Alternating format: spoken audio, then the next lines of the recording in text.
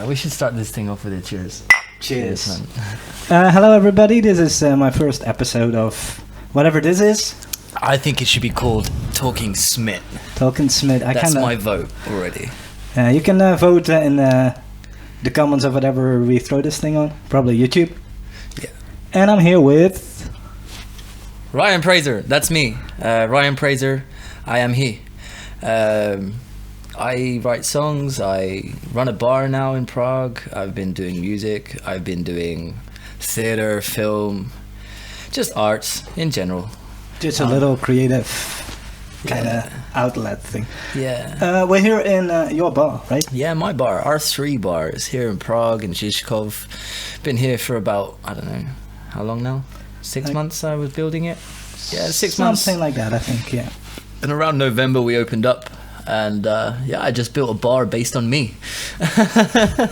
something for people to come and express themselves with, you know. There's a lot of creative people here in the city. There's a lot of people from everywhere, and they need somewhere to do that shit. So I built this place. It's nice. I live quite close. I'm a neighbor, so... Quite close. He lives upstairs, yeah. You come in through the back door in the middle of night and scared me half to fucking death. Yes, I did, yeah. Like, knock, knock. I come for a beer. Like, David, I'm in bed. What the hell? It's what you do. It's what you do with the neighbors, I guess. Yeah. So, you're in Prague now, but where do you come from? Where do I come from? My mother. Fair enough. I'm from Luton Town in England. That's Luton, but we're from Luton. We don't say the T.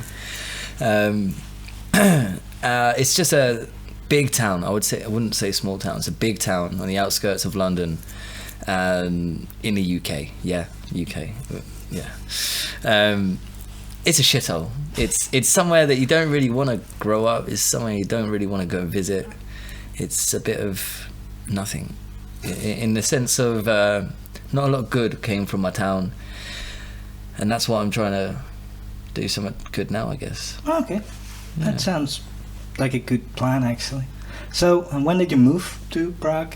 Well, did you move somewhere else before? No, actually. So, like, I can do this whole story because I'm like a career bartender, yeah. So people ask me my story every day of my life. So I kind of got this on a spiel now. So I moved to Prague 3 years ago. It'll be 3 years in March. And I came here searching for something. I was going to start for a week, and then go around Europe. I'd never been away from the UK before. Never had the money to travel. Never really had the support network. So I eventually saved up some money, bought my passport. It arrived 2 days before I got on a plane. Kind of sounds like how I came here. My intention was to come over here and start busking, but I got to the airport and wasn't allowed to bring my guitar on the plane. They wanted me to pay extra, so my guitar's still in England. So I came here with no money, no real friends, no idea what to do, just to do something. And I was going to carry on around Europe and just stayed because it's a free city, you know. You live the life you want to live. Yeah, I agree with that. Like, I came here like 5 years ago, got a job offer.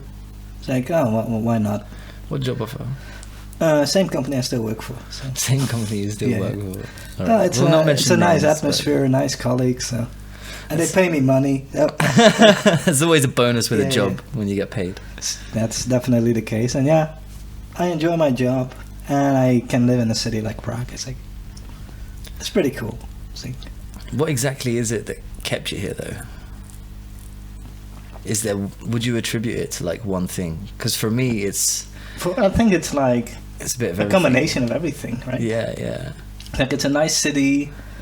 I have, of course, made quite a lot of friends here. I have a girlfriend. I have a dog. It's like I kind of have like my life somehow together for the first time in the 31 years I've been alive. So it's like in one of the cities that people come to party in the most. Yeah, and I have to admit, my first year here was just a non-stop party. To be fair, then at one point I was just like, I don't need to go out. I could just stay home and chill out, you know, like play my PlayStation or like work on some music or stuff like that. There's a certain time where it stops being a holiday, right? Yeah. Then you have to take your responsibilities and stuff. Yeah. If the people are wondering what I'm doing, I'm just looking at my screen here. It's fascinating. Now that you think that like I'm watching porn right now or something. That's minimized. We minimized that, right? Yeah, I hope it's not recording that audio, because like, you don't want to see what the stepbrother is doing to his stepsister. That's in the other room in the bar. It was not porno, that was just a security camera. I was like... I don't watch customers that much, man. I think you're giving people a bit of a bad rep for me. I had a few bosses like that, though. I won't mention names, but certain people do like to watch their business with real big eyes. You know what I mean? Like, yeah. I want to know what's going on everywhere all the time. It's like, that's kind of scary. Why are you doing this? Because it's part of my job. Why? Because you told me to do it. Yeah, but why are you doing it this way? Why are you messaging me when you're at home? Like, you don't work here. You're the boss. Stay at home. Be the boss. Like, chill out on the big paycheck you've got. Go on a holiday. Like, buy a yacht. Whatever it is. Call it a business trip. Whatever. Yeah.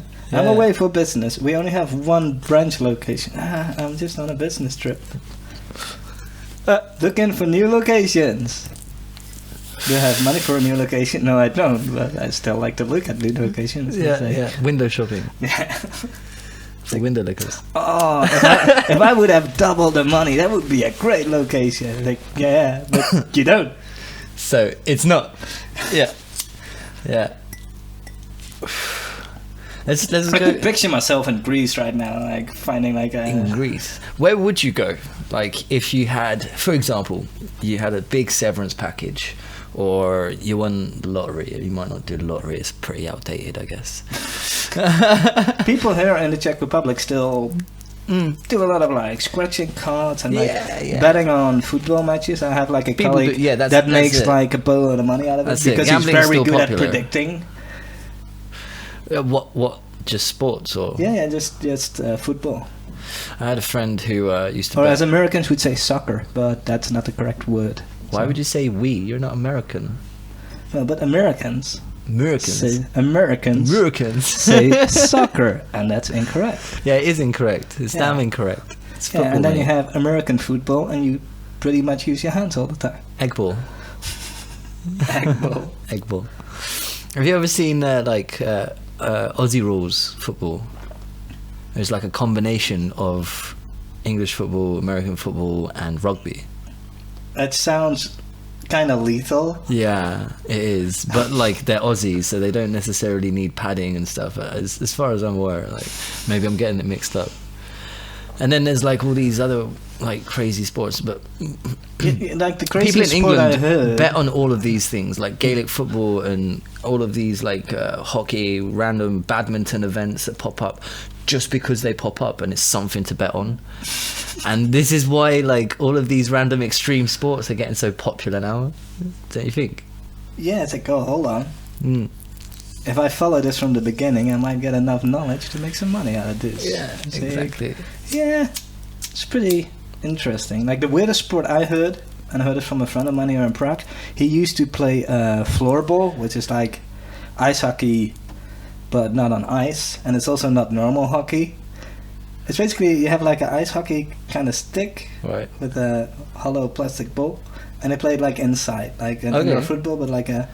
But it's called floorball. But then they added a unicycle bit. So they play floorball on a unicycle, like 4 against 4. How and why? Because they can. What the... So that exists. I saw pictures and videos. It actually is a thing. So there's these people that decided one day, all right, I like hockey, but I don't like it enough to play it on the ice. And field hockey, it's a bit difficult. So I'm gonna make this game where it's hockey, but indoors with a ball. It's one of the aerated balls, right? Yeah. I think I've seen them before. Yeah. We played it in school, I think, but it wasn't anything to be taken seriously, you know. Mm-hmm.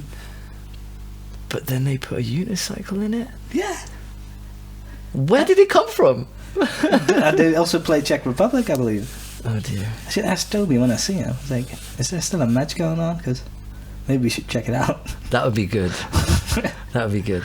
Yeah. That's just a weird thing. So now we're in Prague. What are your plans for the future? Well, I have this baby here now. Take this, brother. Thank you, sir. Roll it up, pass it on. I got this baby now. My little bar, my little art center, R3. So, for the foreseeable future, I'm here. Hopefully, for a long time. And I have big plans for the brand, for the place. We want to take it on tour. Have plans at the end of the year to take the R3 brand and bar to Poland, to a couple of festivals. Sort of, I'll go around, do some interviews with people like I'm doing on my YouTube channel, R3 Network, check it out. And yeah, maybe I'll get to do like some press interviews with people. I'll sort of show off what I'm doing with local DIY arts, you know. That's what I'm all about. So since day one, it's all about, you can do it yourself, no matter what. You can do it yourself. There's a way, right? You don't need to hire somebody to do it for you. You don't need to have a hell of a lot of money to do something. If you want to create something, there's always a way to do it within your means. And the ingenuity comes from finding new ways to present it when you haven't got the materials or resources that you need, you know. So that kind of reminds me of like what's the name of this guy? It's from the company that built like the interface you're hearing is through right now. It's Behringer UMC 1820 or something. Toys. And it's like a couple of €100, 200 euros I think, and you can record 8 in, you have 8 out.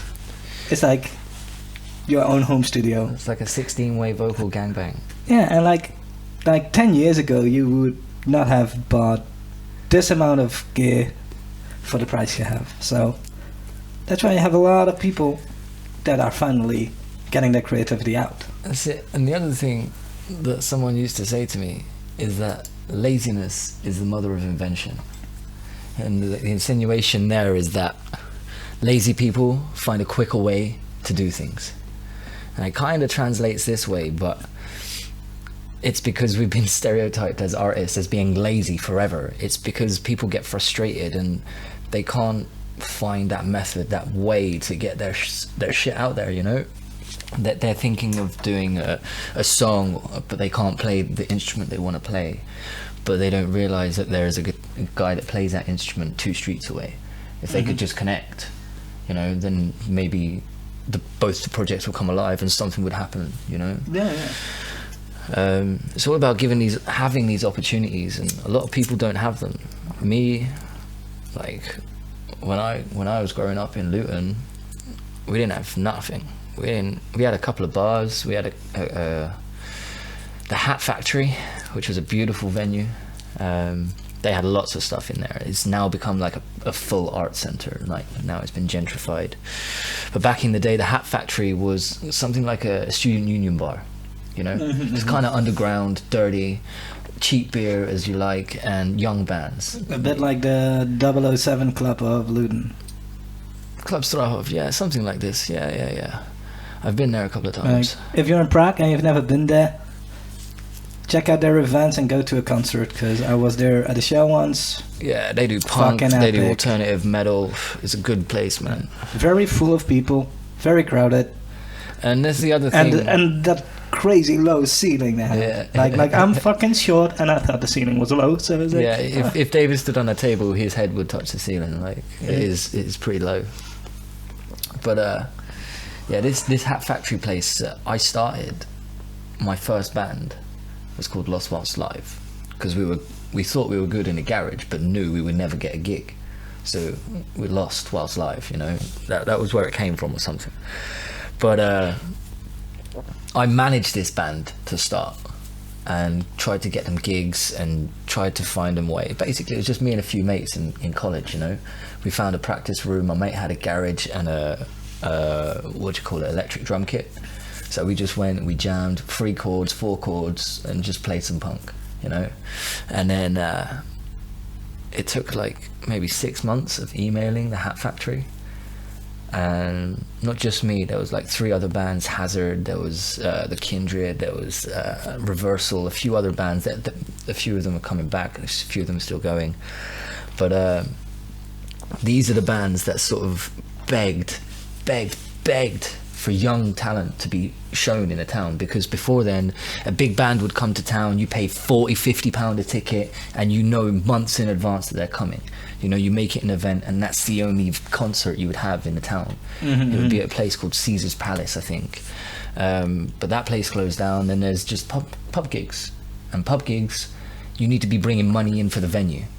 Otherwise that's not going to happen. You know, you can't put on a show for somebody if you're not going to bring that somebody money. You know, it can't work that way. But because of this system, there's no way for young bands or young talent to get exposure. Yeah, that's true. Yeah, and this was a symptom all around the country. It's not just Luton. But it took, like I say, 6 months of all of our college band begging to play at this venue, the Hat Factory, because all they were doing was theatre and dance and like arts, you know.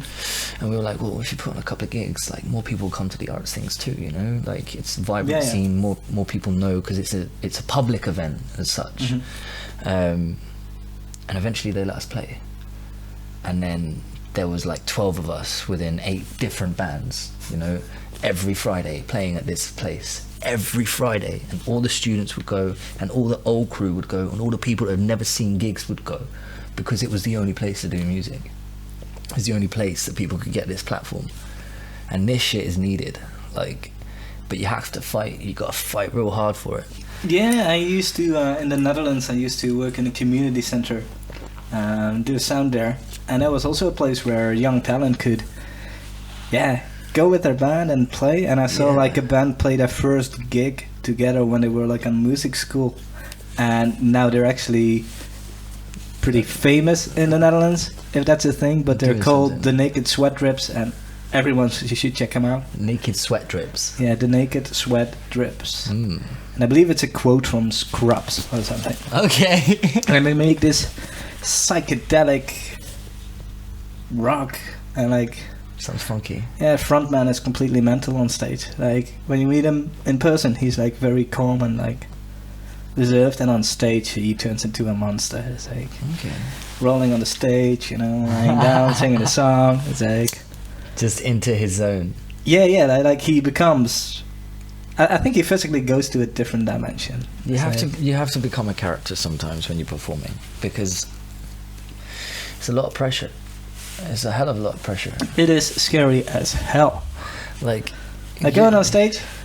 Why would anyone do that in their right minds? Yeah, it's like I'm gonna go here, and a room full of people will judge what I do. Yeah, and I work hard for this, and I put my blood, sweat, and tears in it, and they're just gonna think it's shit. Or they're gonna drink, and they're gonna shout, and they're gonna party over the top of you because they don't really care. You know, they're out for a night. They're out for them. You know, at the end of the day, people are out for themselves, and that's fine. That's absolutely fine.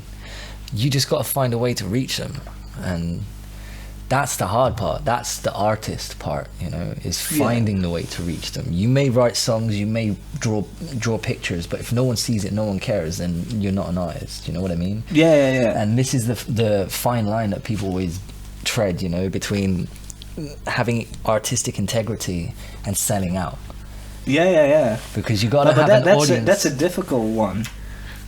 Because like I grew up like in the hard rock and metal scene, and to this day, all they fucking whine about, and I think it's whining, it's like, oh, that band sold out because they did this and that. And I'm like, yeah, dude, but we went to a Metallica show like last year. And people call them sellouts as well, but nobody gives a shit because they still sell out their shows because they're just a good band. Yeah, that's it. There's respect. And then you can say like, it's like, yeah, they sold out. It's a business. They have to make money. It's like, this is how they pay their families and pay their houses and their rent and all that stuff, right? Now, for me, there is a lot to be said for the DIY punk mentality, right? You can do shit and you can build a foundation for yourself forever on your own. But the payoffs start coming when you build a team. Yeah. Even if you're a solo artist in some way, if you're doing it on your own, you're never going to get anywhere. And if you do, it's a massive, massive fucking achievement, right? Now I take credit for a lot of this place, and I did literally build a lot of this, but I would never have got here without the people I know, without the network I have, without the experience from these people to guide me on the way, you know. So it's all about that team, you know. You've got to have the people around you that respect what you do, that care about what you do, and they're actually going to turn up when you do it. Yeah. That's an important thing. Not like like what people always say. It's like, yeah, if you ever need help from me, you should let me know. And like, you call them and say, oh no, Yeah, I'm busy. I have a night out with my girlfriend. Yeah. It's like, oh yeah. Okay, yeah. No, I get it. I mean, people are busy. Everyone has their own life. But I think it's also good if you can support someone in That's it. achieving something. It's like the same, like I recorded Noah like last week. Like he asked me, can you record a song with me? It's like, yeah, help him out.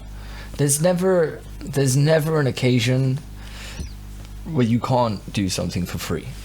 And I think, so I started in community centers too, and I started my first gigs playing 3 chords, acoustic guitar, singing songs to 3 chords that weren't in that key, but I put them to it anyway, in front of like 4 or 5-year-olds, you know, at like a summer fair or something, you know. No one gave shit, but I needed that experience to build it up and get to somewhere that people gave a shit. Like nobody was born like Jimi freaking Hendrix, you know. And even like if like you that, were, that guy, like even if you were born as Jimi Hendrix, you would still need to practice. Yeah. It's like you don't get born with the ability to play an instrument, and it's not just or that to have a certain skill. It's not just about music, it's about anything. It's like, it's about the performance aspect of it too. That's, like you say, getting up is the hardest part for some people. It's why a lot of the best musicians either play solo, just instrumental stuff, or they never release something, you know, because they're too scared to get out and give it to people. Or it may just be recorded somewhere, you know. There's a few bands that do that. They just record albums and they never play live shows. That's because it's fucking hard to organize a team and to have a team that cares and that gives that time, like you say. And the bigger you get, the bigger the team needs to be. So it's like, but this is it. Well, going back to what I was saying, doing stuff for free, it always helps, because I wasn't worth paying for those shows.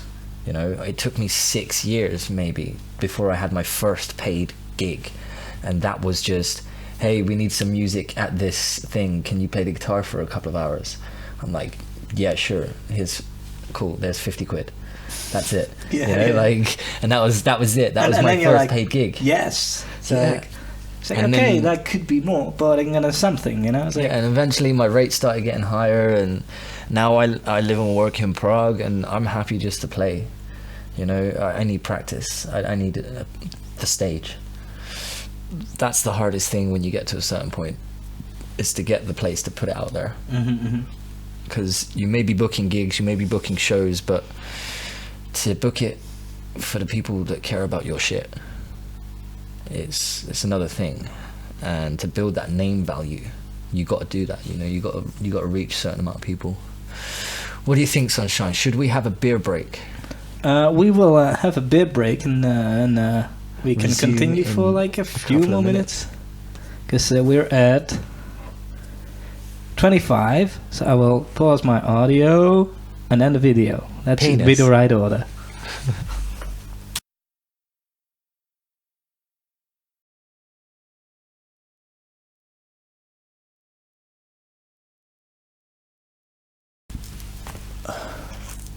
I'll give it another cheers. Dink. Cheers.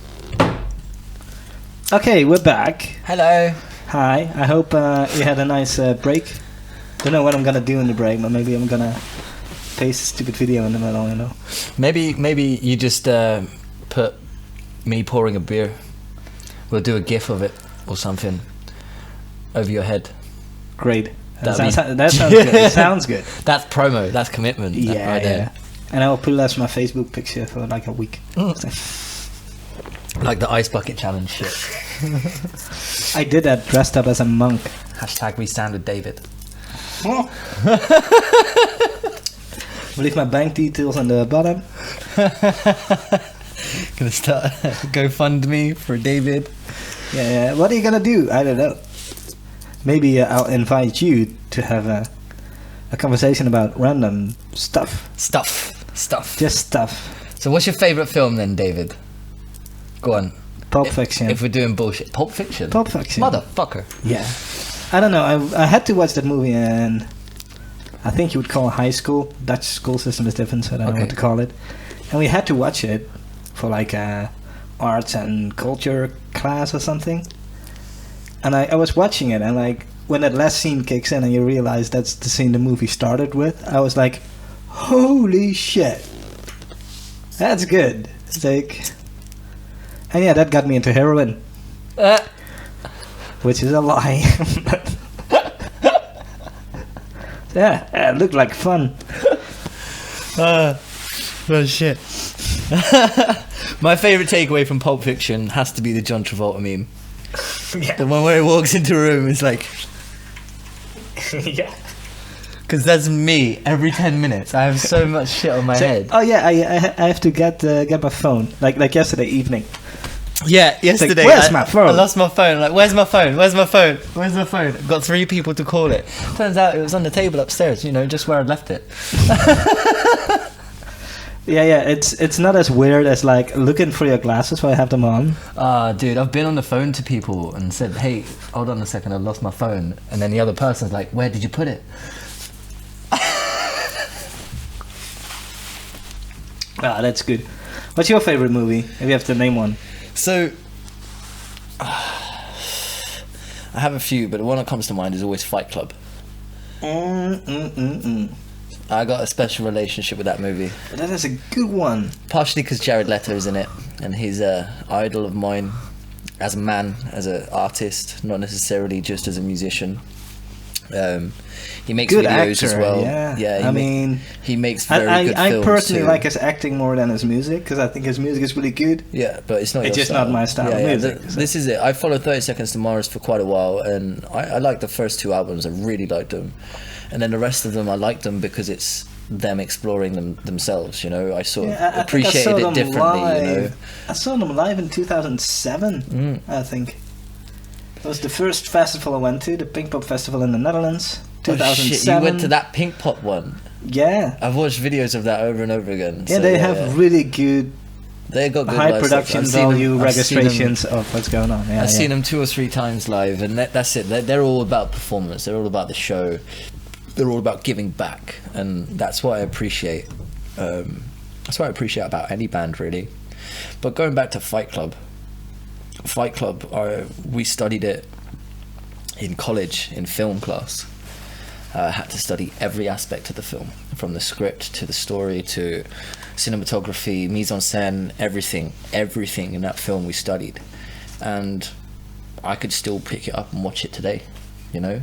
And for a film to be that okay with me is rare, you know? I got a thing about rewatchability and replayability, like with games too. If I completed it, bro. I ain't going back to play it. There's no need to. I completed it. Like, yeah. But yeah, with Fight Club, it's got a special thing where I can watch it anytime, any day, anywhere. Just because it's good to watch the world burn. Yeah. And it's like really a piece of art of kind of film, you know? Because like I watched the movie without knowing the story, right? Yeah, just like because it is originally a book, right? Yeah, Chuck Palahniuk. Yeah. And I never read the book. People told me I should watch it. Didn't do for years because fucking hell I'm busy, you know.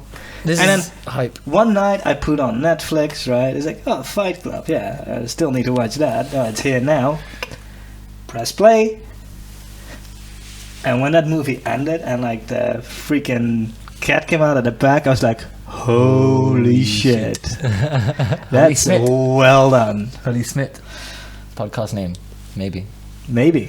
Leave your suggestions in the comments. In the comments below. On YouTube. Follow us on Facebook, Twitter, iTunes, wherever you get your podcast from. And this podcast is sponsored by pretty much no one. R3 Bar. R3 Bar. For now. They gave me the place to film it. I mean, hey. You live here. It's different. I live here as well. Well, not technically in the bar, but like 4 floors above. Yeah. It's a good place to live. That's it. Sharing's caring. We're a community over here in Orbitska. Orbitska town. Cheers, Did you know that's where the band O-Town got their name from? O-Town? Or Orbitska town. Really? But no one knows. It's like... Who's O-Town? It was a band.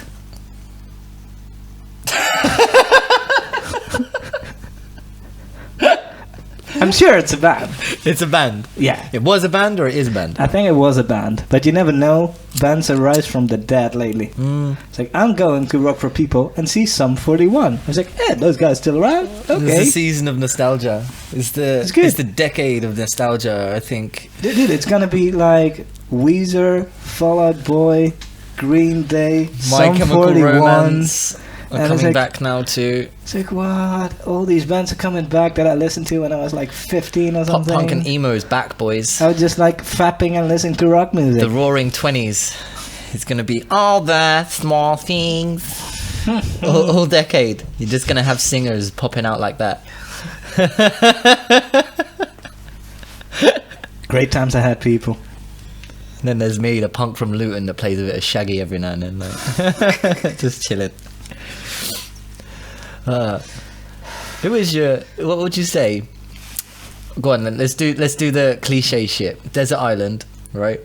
What's your 5 albums that you take with you?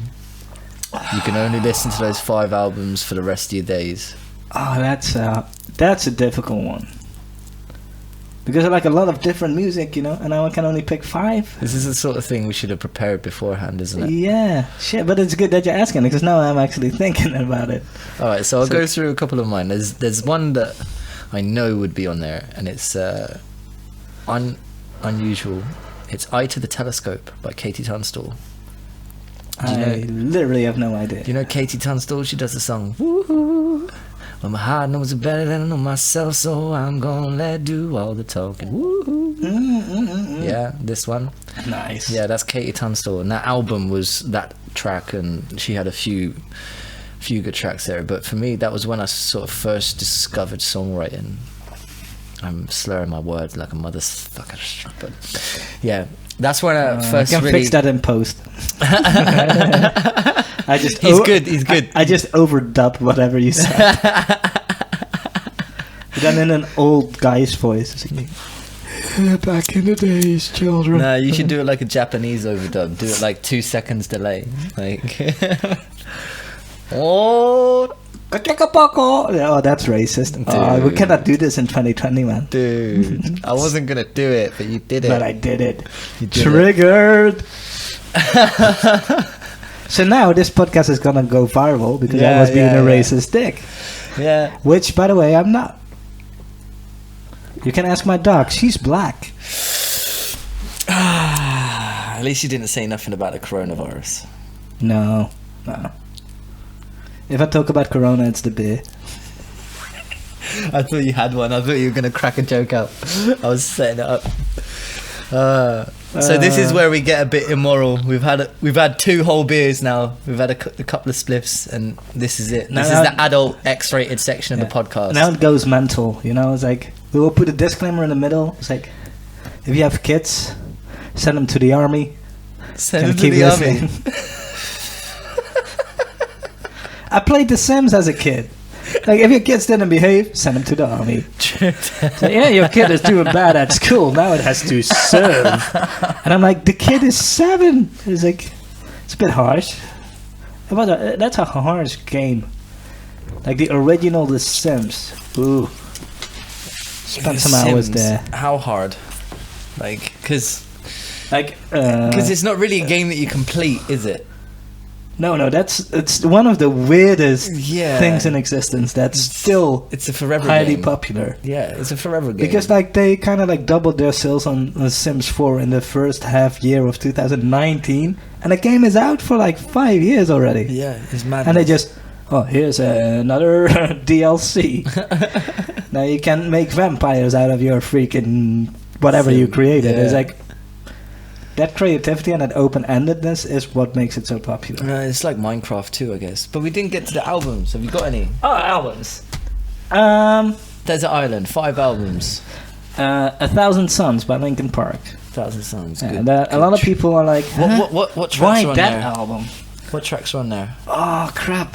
Now you ask me for track Just names. one or two. Just one or two. Just so I know. Waiting for the End is on it, which I really like. Yeah. What was like one of the big Valentine's singles Day? from that? Is that the one with Valentine's Day? I believe Valentine's Day is Minutes to Midnight. Minutes to Midnight. Pretty sure that's Yeah. Minutes to Midnight. I get confused. But 1,000 Suns is just this weird sonic landscape kind of thing, and it's completely different than anything they did before. And I think that's why a lot of people hate it. But like, if you would just block out of your mind what band you're listening to, and just listen to the album, you'll be like, Okay. yeah, they got something. And This it's is- weird. This is. It's good songwriting because you have Mike Shinoda behind the desk, so it's like, Well, this is again why I love 30 Seconds to Mars, and the second album I would take, I guess, would be A Beautiful Lie by 30 Seconds to Mars.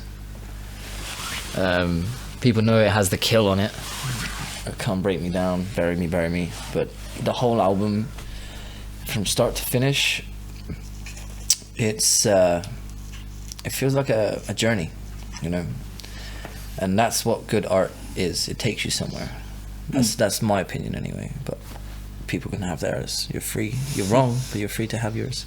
yeah, it's okay, you can be wrong. Yeah, like the best art for me is something that takes you on a journey, something that tells a story, and every single song and the album together all tell a story. It's about the planet and leaving it. It's a return to their name, 30 Seconds to Mars. That whole album, A Beautiful Lie, it's a journey. It's something different. There's a song on there called R Evolve, and I wrote a song based on that riff. I made a bar based on that song.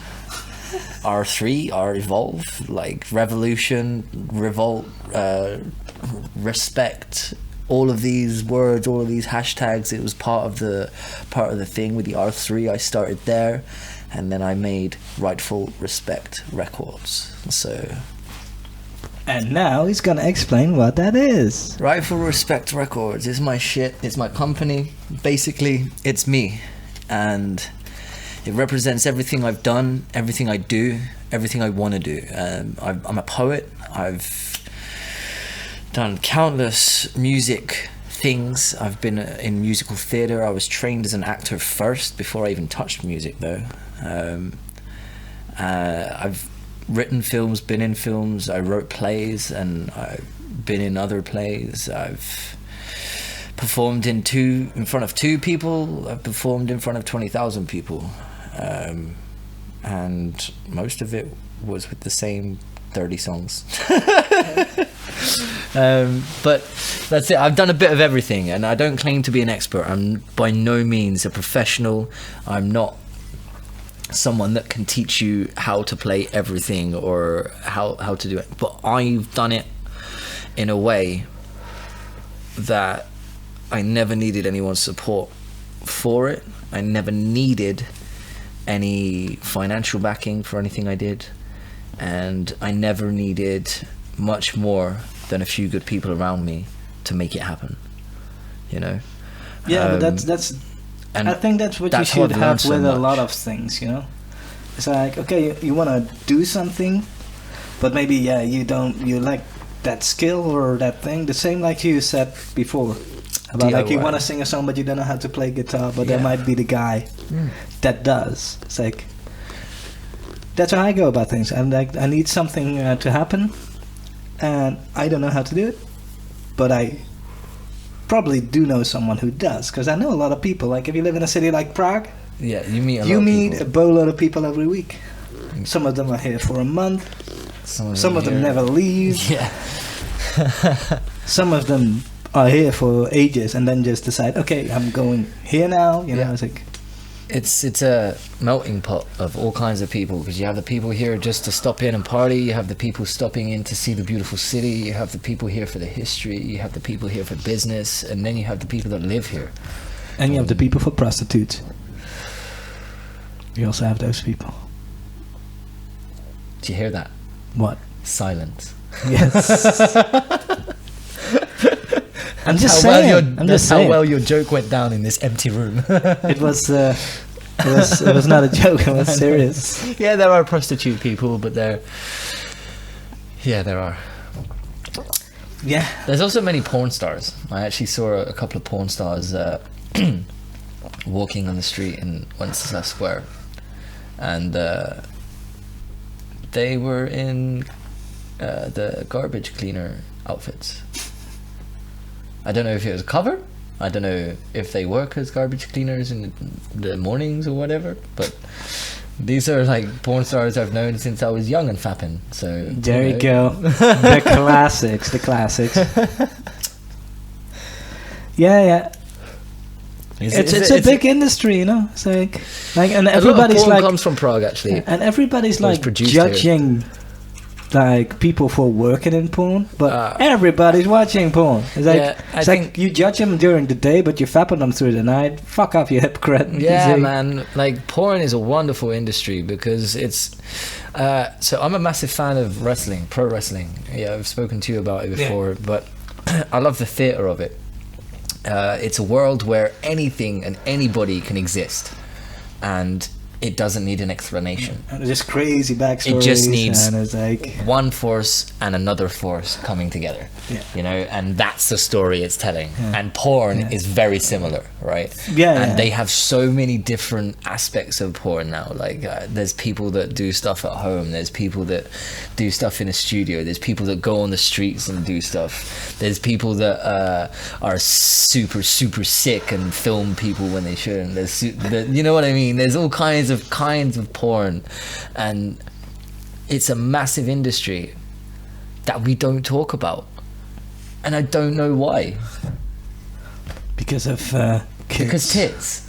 Kids and tits. Kids and tits. Well, kids should be learning about porn from a young age anyway, I feel, because porn is damaging in that it gives you a bad idea of what sex can and should be.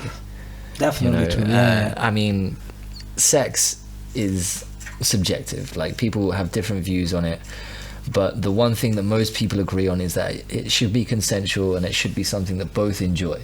Yeah. Right? Or 3 people enjoy, or 4 or 25, depending who you are. But as long as everybody agrees and everyone's having a good time, I think it should be spoken about, because how else are our kids gonna learn about it? How else are they going to treat their future wife or husband? You know, how are they going to learn what's right if we don't tell them? Because porn is telling them a lot of things that are not good, and they only should exist in the porn world. You know, yes. And this is it. It's like fetishism and porn are linked together always. And it's because, they should be treated carefully, but they should still be acknowledged and known about. Otherwise, they grow into this massive, massive industry, and no one has control over what's uploaded there, really. No. There's probably some algorithms that check for the things they're not allowed to have, but I've been watching a lot of YouTubers online about marketing music products and arts and stuff, and what's happening now, a big trend in all of the industries, are people are uploading their stuff to porn websites because it's views, it's exposure, right? And Pornhub will eventually give ad revenue if you become members and things like this, you know, like people get hush about it. But there's a lot of gaming channels out there that you probably watch. There's a lot of YouTubers that you watch that have probably got their shit on Pornhub too, just to boost their numbers, to get that little bit on the side, you know what I mean? Yeah. Because but that's like in one part it's kind of genius, you know. It's like, yeah, for example, my wrestling, right? Now, I don't always watch my wrestling legally. And that is because in the Prague and Czech Republic, it's very difficult to get hold of the content. To buy subscriptions to services, you have to be in the United States, in the United Kingdom, or selected countries. Yeah, I wanted to like subscribe to a Dutch service, and they're like, yeah, you can watch that all over the world, but if you subscribe, you have to be in the Netherlands. And I'm like, but I'm not. It's like, Exactly. So you can either use VPN stuff, or you can find illegal ways to watch it, right? Now, illegal ways to watch it may not always be clear. You could be on Vimeo, Dailymotion, any other website. But if you're searching for the right things, if you know what you're looking for, there will be illegal copyright material uploaded there, right? And it's the same on Pornhub. It's the same on all porn websites. Illegal copyright material is quite often uploaded there, so it can be shared without anyone tracing it. It's mad, but it's genius, right? I've watched so much wrestling recently on porn sites. My colleague was talking about, my friend was talking about it to me because she's in the porn industry, and she was like, wait, why have you been watching this website on your laptop? And I'm like, what do you mean? She's like, it's a really obscure porn site that I use. And I'm like, well, it's just where I watch my wrestling. Like, I don't search for it exactly. I'm just finding my wrestling. I'm finding the thing that I want to watch. And it pops up on porn sites because nobody traces it. That's a good fucking loophole now. Just like FYI. The Pirate Bay is down every 30 minutes. Exactly. Go to a porn site instead. Exactly. Yeah. But only if you're over 18. Art should be Your shared. kids should not be watching porn. Art should be shared everywhere. You know, porn is art too. Art is porn. It can be. It can be. It can be. Sometimes it's absolutely not. Going away from porn. It's like one last thing I have to say about porn, and I say this because I know you worked on videos and stuff, right? Yeah, right. I hate it like when they use like 2 or 3 cameras, and they didn't fucking set up the white balance correctly. So every fucking camera has a different shading fucking bullshit. So and I'm like, so in one you're watching like normal like Caucasian white girl porn, and in the other watching like some Asian chick. it's almost like that because the shading can be really, really off. You know, it's like, and it's it's a function on your camera. Yeah, It's hey. like you hold a white sheet in front of it and you say, please check the white balance. Okay, this is white. Okay, now I know what's white. Yeah. Chill. Done. Right? Some people don't know how to use cameras, okay? I have a whole YouTube channel with 9 videos proving it. I just put it on, press record, and see what the fuck happens. Now, some of these people are allowed to do that if they want to fuck on camera. Let them. Let them fuck without. They're probably in the US because like in some states it's illegal to have a prostitute over, but if there's a camera in the room and you're filming it, you're making porn, and that's completely legal. Yeah, there are some states that are against porn because of these weird laws. Actually, it's in TV shows and shit. You know, like I may be wrong, but yeah. It's like that. Yeah, it's like you take a girl home. David, stop talking Smit. Let's get back on topic. What? Albums. Album 3. Yeah. I just named my first. Your second was your first was Linkin Park. So second. Yeah. Second. Death by Technology by Julian K. That literally no one ever heard of. What is it? It's a band from LA. Okay. It has 2 former members of the band Orgy that were like big, like in the late 90s or something. They made like a Blue Monday videos? cover. What? Sorry. I said, where do you find their videos? Anyway, carry on. YouTube. Yeah. don't. Do not YouTube Orgy, kids. Well, maybe type in Orgy and see the suggestions of songs after it, and then you're safe. But just I don't think Orgy it's going alone. to be suggestions of songs after. Oh yeah, that's how big they were. Yeah, you get suggestions. Yeah. You think? Yeah. Okay. So Orgy's bigger than porn. It's kind of like the same, no? Can be. Go on. But yeah, that album, fucking great. It's like some they could be living in the 80s, but they're making music now. Then they still sound like they're in the 80s because they use like these synths and stuff, and like it's a bit Depeche Mode-y. Death by Technology. The band is called Julian K. Yeah. Julian But hyphen Death K. by Technology is Death by Technology is their album, Okay. and if you buy the full feature length, you have a remix album on the second disc, and that's called Death to Analog. So Death to Analog. and that's just good naming. All right. So that was my second one. So what's your third? My third is something a friend of mine in Luton showed me. A guy called Connor from the band Hazard. It's a band called Monkish. It's like a monk-ish, you know. And the EP is called "Please Don't Piss in My Microwave." That's art. Sorry, but that's beautiful. So the song "Please Don't Piss in My Microwave" is about a guy who's got problems with his landlord. They're having trouble, so he's shitting his toaster, cum in his biscuits, and God forbid he gets a drink from the fridge, you know, like, and that's the whole song. But this band, they do songs like this, you know, similar to Cunt and the Gang. Have you heard of Cunt and the Gang? No. They've got a brilliant song. It goes, oh, all right then, just this once, use my arsehole as a cunt. Use my arsehole, use my arse, use my arsehole, use my arse. It's wonderful, man. Just piss take bands, you know, like, I love profanity. I think profanity is a wonderful, wonderful form of language. It's expressive, it's passionate. And sometimes and it can be really creative as well. Yeah, no? exactly. And this is the wonderful thing about English, especially, is you can curse in so many ways. You piss nugget, you know, like however you want to do it. Twat monkey, like you can do whatever the fuck you want. Dick trolley. You can say however many words in a random combination. If you put profanity before it, then dick ears, you're in. You know, like nice. No matter what you say. Yeah, it's just good. Yeah, but it's also a creative way because like the word "fuck," which is one of the most used fucking words in the English language, you know, you can use that in so many ways. Yeah. Like, you can fuck you can fuck me, you can fuck them. Yeah. Fuck you can fuck all. Fuck all. Fuck it. Fuck that. Yeah. Fuck this. Yes. Fucking hell. It's just a good word. Any more albums? Any more albums? Let me think. I have 2 more to go, you know. My bag is nearly full. And I have to go to this island, you know. I don't want to.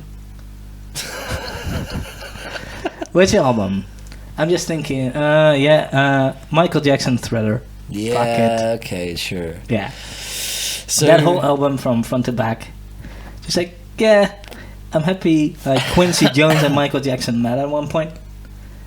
I love Michael Jackson's and music. that Michael Jackson basically convinced him to get Eddie Van Halen on the solo of Beat It. Okay. Because Quincy Jones was like, no, it needs to be R&B, like no heavy guitar solo. And Michael Jackson like basically was like, but it's gonna happen. Okay. I think my camera's empty. That means. Is it still recording? I think it still is. But I think the Wi-Fi turned off. I will give it a shot.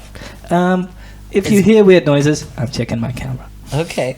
So shall I just talk to the thing about my next album then? Yeah, go ahead. Okay, so my next album will be the like first real rock album I bought, if you like. And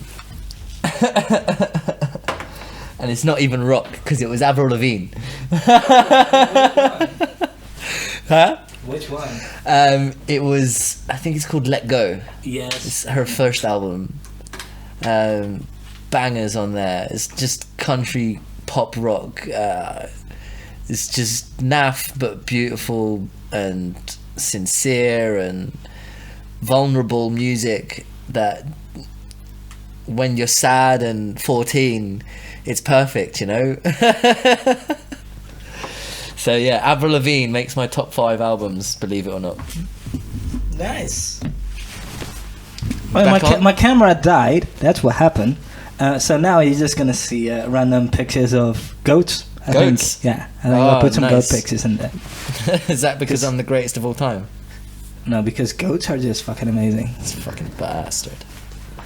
Yeah. Have you got 2 more quickly? We'll wrap it up. Yeah, let me think. I have one more. Oh. I already got 4. One more, sorry. I'm just mentally looking through my Goats. goats. Oh yeah, and now I'm gonna put a little video here with a goat falling over because he got scared.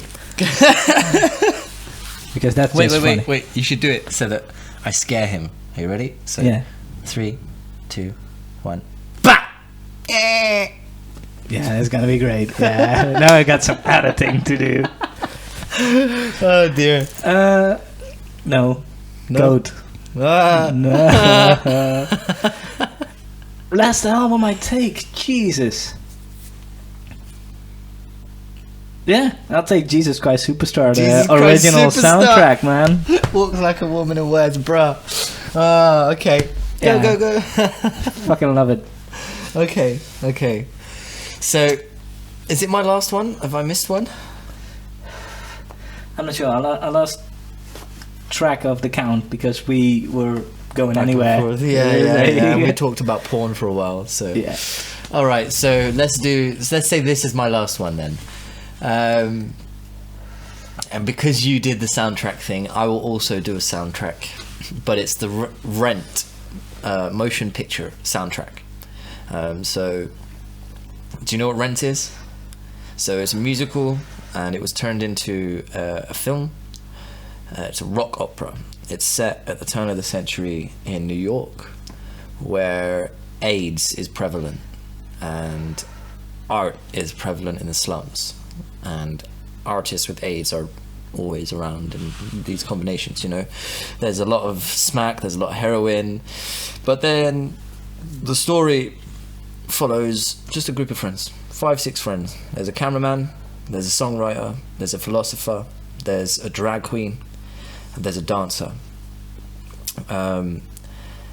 There's also a lawyer and an actress. But basically, they all used to live together at one point or another, and it's about surviving a year. How do you measure 1 year in life?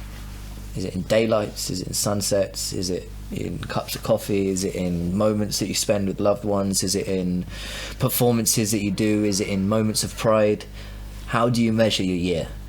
And this is what this movie sort of explores, you know, this musical. And just the songs, for me, they represent the quest for art, the quest for some kind of recognition of the pain that people have, man. Or not necessarily just the pain, the pathos, the emotions, all of the emotions that people have. They need to be displayed for the rest of the world and for history's sake. Because you can have books, you can have films, and they can depict what happened through time. But art is what tells you how people felt about it. That's a good one. Yeah. That's what Rent represents to me. It's just a moment of time, a year between these friends, and a couple of them die through AIDS, and one of them survives like severe withdrawal, HIV problems, you know, stuff like this. And it's just about, like, yeah, shit happens, but as long as you're documenting it, as long as you're doing what you're doing for a reason, and there's people around you to see it, it matters. It matters, man. And on that note, I'm gonna say thank you very much. All right, thank you. And very hope much, to see Caesar. you guys on the interwebs that cannot see me right now. That's it. We've got a See you full on the hour, next one. man. You know, we're going on for an hour, so that's a wrap. Hopefully you'll have me back sometime. Thank you very much, David. Appreciate it. You're welcome. Respect. Cheers. R3.